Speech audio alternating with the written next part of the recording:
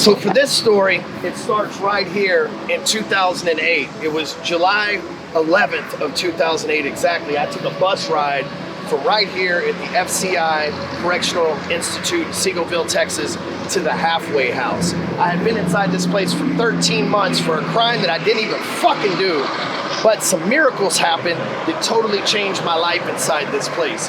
One, I made connections with people that would change my life forever, for the better, actually.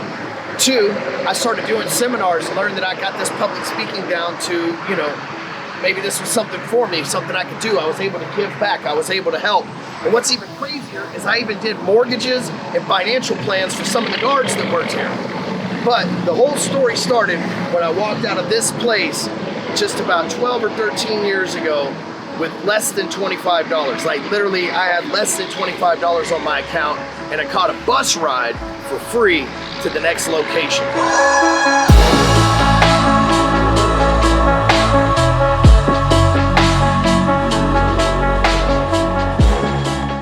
Man, I felt like, you ever play that game like the floor is lava?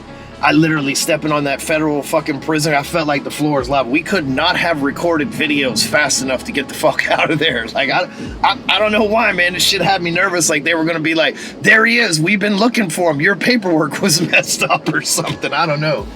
But I couldn't get through that video quick enough. So after I got out, I took the bus ride here to this place. This is the volunteer of a halfway house. And what we did from here was real easy, right? I had 2 weeks to find a job and be able to get a place to stay. The problem is they wanted the money that I made. So I had to go and pretend I was looking for a job while I was here for the 2 weeks. But this place changed my perspective because I realized that there wasn't nothing else out there for me. There wasn't a job waiting for me. There wasn't a house waiting for me. There wasn't a wife waiting for me. There wasn't a friend waiting for me. I had 2 weeks to get my shit together. So I did what everybody else would do. I daydreamed, which will lead us to the next spot.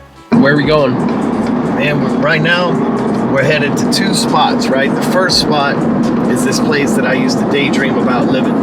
And I seen a magazine laying on a trash can inside the prison. It was like a tour of this property. So one day I caught the dart rail. They gave free tickets at the halfway house. I caught the dart rail to this place to tour this property. I had to give myself something to live for, like a goal. Hey, I'm gonna live here one day. I just need to go find a job to make the money to get there. Then after that, we're headed to this place that I applied for a job at. It didn't work out. It's a good thing it didn't work out. More on that later. So like I was saying, I seen this brochure on top of the trash can of this place right here. It's called The Tower. And there's a Nordstrom's down the street and a Whole Foods, so you know it's a good neighborhood. And so I came here via the dart rail to check this place out. And I thought, you know, single, I've been divorced in prison, I thought this would be a good place, but they wanted like $6,000 a month in rent inside this place. But I fell in love with it because like the elevator is your front door. I end up going and getting a job, and we'll stop there next, but end up going and applying for a job rather somewhere else. And it took me a few years, but in 2014, I would wind up living at the top of this building in a penthouse. I had my own unit that the front door opened, it was the elevator. I felt like the Drummonds from different strokes, you know? And this is where Break Free Academy was really birthed. Up on the 5th level, there's a place called the Aqua Lounge here, and that's where we started doing Break Free Academies. We would have 5 or 6 people show up in 2014 that paid $5,000 to $8,000 each to be a part of our programs. It all started right here, and then the problem was I outgrew this place. But there'll be more on that later. So when I left the halfway house, I needed a job. And the first place I went to, and you have to understand the timing of all of this, okay? So it's 2008, and if you remember that, the mortgage market was crashing. So I had 2 skills in my life prior to going to federal prison, right? Skill number 1, washing cars. Skill number 2, writing mortgages.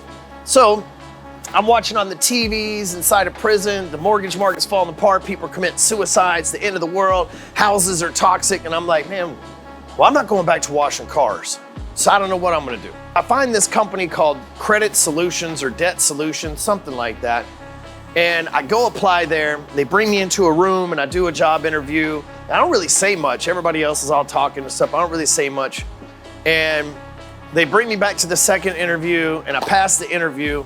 But on the piece of paper, the application that I filled out, I checked the box that said no if I had ever been arrested or convicted of a crime. So on Friday, they tell me I got the job. I'm so happy over the weekend, everything else. And I'm partying at a friend's house, celebrating the fact that I got out of prison, I got a job, all the things I'm supposed to do. I get a call Monday morning about 9:30. I'm supposed to be there at 10 a.m. to start, about 9:30, saying they ran my background check and I can't come get a job. So I called my friend to complain, because that's what you do, right? You call somebody, hey man, I got problems. Can't believe this. The man's against me. Not only did I go to prison for a crime I didn't commit, now the fucking man's against me. Life sucks, blah, blah. And he said, I got a job at this mortgage company, Texas Lending. They'll hire you. So I came to this building here, which ironically, when I showed up today, is a church. That's pretty cool in itself, because this was like the animal house of this mortgage company. Okay, so I did a 2-hour interview with the COO of the company and finally convinced him to give me a job. And he puts me over here, which was a satellite office, which meant the customers didn't come here. So I'm just supposed to work in a phone room. So we came here, worked every day. I broke records in that company right here in this satellite office that still haven't even been broken 12 years later in the corporate frickin' company. So pretty amazing the drive that I had coming out. But one night while I'm working here, and this is a crazy story, one night while I'm working here, it's like TVs in this hallway here. So I'm working here and it's like 7 o'clock at night, because you're gonna make big money and do big things and you ain't got nowhere to go. You gotta put in the hours.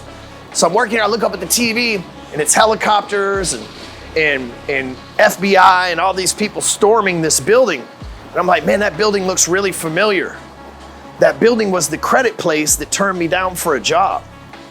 So had I taken that job and been top producer, which I've been at every sales job I've ever had, I'd be in prison again right now, because there's no way they wouldn't have believed that I didn't have something to do with whatever those people were doing. So at the time, it seemed like such a curse, right? God, why can't I get that job? Why did I go to prison? Why all in the first place? But then I look back 6, 7 months later when I'm working here, and I'm like, he's looking out for me. The man knew all along. It wasn't a curse, it was a blessing that I decided to take as a curse, but his plan was bigger than mine. Isn't that amazing how it always works out that way? And it's really cool that this place ended up being a church. Turns out that 4 of the prisons I was in are completely shut down. They're not in operation anymore. And the old office that we wreaked havoc in is now a church. It's pretty damn cool, actually.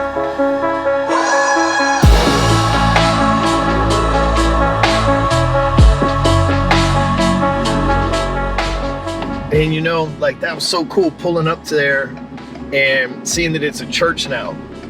And, you know, it may not mean nothing to a lot of you, but it means something to me. That was a place where I feel like I helped a lot of families get houses and straighten out their finances, and we fixed their credit and did all these great things for them. Texas Lending is a great company. It still is a great company. It's cool to see that ended up being a church where they're continuing to help people and continuing to improve people's lives and stuff, man. It's just wild to see how everything comes together. Going back through all this, stopping by prison, we're not done. We still got a few more stops.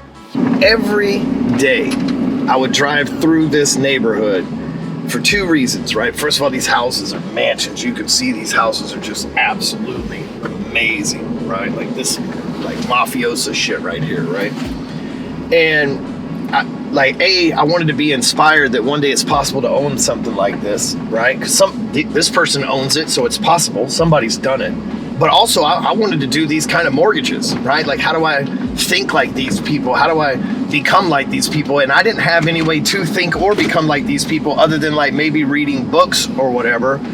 And so I only knew the next best thing that I could do was to get in proximity to these people by driving through this neighborhood every day on my way home. And it's about 5 or 10 minutes out of the way from my daily drive, but I drove it every day because I'm like, man, if somebody probably from the same humble beginnings as me can buy a house in this neighborhood and live here and be successful, I can too. I just got to figure out a way to get around them. So I started getting around successful people by just driving through their neighborhood, which is crazy because I fucking live here now. So this is where I wound up. This is where I live today in North Dallas. And I just wanted to show you what's possible, right? Even though you might have been to prison, even though you might not have gotten that job, even though you didn't make the best decisions in life, all that stuff's in the past. But here's the thing, I was never scared to work. And the one thing, if you listen to this story, that's been consistent the whole time is being able to sell. Every time I needed a job, every time I needed something to happen, every time I needed something to come through, sales was always there for me. Sales got me that Lamborghini, that Porsche, that Lamborghini, this Range Rover. I've had 4 or 5 McLarens, more than I can count, and all that's come from sales, this house, this lifestyle. But here's what I want you to know, and you gotta understand this, that no matter what happened in the past, if you wanna get beyond that, if you wanna have a successful life, you just gotta own the shit that you did. So what you cheated on that person? So what you robbed those people? So what you did somebody wrong somewhere? So what you made a mistake and went to jail? So what you got a DWI? So what if this happened or that happened? Or whatever excuse that you tell yourself that you're unique because of, it's a fucking lie. Because guess what? You're not unique. All these places we just went to, the prison that we went to, it's full of people who think their situation's unique. It isn't. But see, here's what is unique about us, the way that we think. We have the ability to operate differently by changing how we think. So instead of letting the past be something that anchors us to the way that we were, we can let the past be a foundation for something that strengthens us to become who we want to be. And that's what I wanted you to get from seeing this travel from in front of a federal building, in front of a federal prison. It is a federal building, but a federal prison, to being here in one of the nicest homes in North Dallas with the fanciest cars that you can imagine. And again, it's not to brag about, look what I have, although look what I have. But here's the thing, it's possible for you, because chances are you didn't start in prison.